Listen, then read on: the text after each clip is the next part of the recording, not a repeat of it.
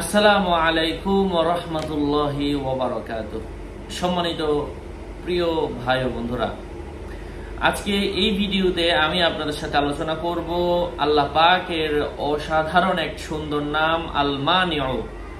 এটা পাঠের কি বিশেষ ফজিলত রয়েছে, আলোচনা বুঝতে সাথেই থাকবেন। যারা এখনো চ্যানেলটি সাবস্ক্রাইব করেননি, ভেরিফাই চ্যানেলের ডিসক্রিপশন বক্সে ক্লিক করলে আমার পেজ এবং আইডি আসবে। এছাড়া অন্য কোনো পেজ নেই, আইডি নেই, ইমো নেই, হোয়াটসঅ্যাপ নেই, টিকটক নেই। নাম ছবি দেখে বিভ্রান্ত হওয়া যাবে না। প্রত্যেক ভিডিওতে আমি সাবধান করি, সতর্ক করি। যাই হোক, আল মানিউ, হ্যাঁ, এর অর্থ হচ্ছে প্রতিহতকারী, স্বীয় বন্ধু থেকে দূরকারী। লিংকে ক্লিক করলে যা আসে তা। ইমো, হোয়াটসঅ্যাপ, নো টিকটক, হ্যাঁ, নো ইমো, নো হোয়াটসঅ্যাপ।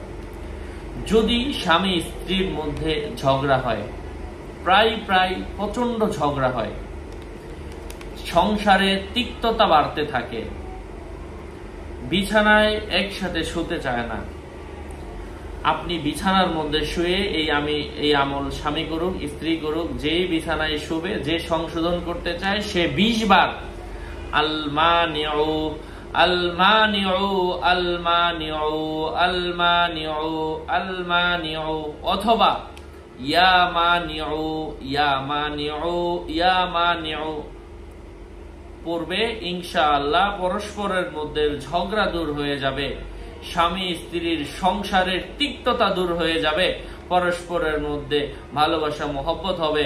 এবং যেই রাতে এই আমলটা করবে, আল্লাহ পাকের রহম যদি হয়, দয়া যদি হয়, ওই রাতেই তাদের মধ্যে মিলন ঘটবে ইনশাআল্লাহ। যে ব্যক্তি অধিক হারে আল্লাহ পাকের এই নামটা বেশি বেশি পরিমাণের পাঠ করবে, আল্লাহ পাক তাকে নিরাপত্তা দান করবেন।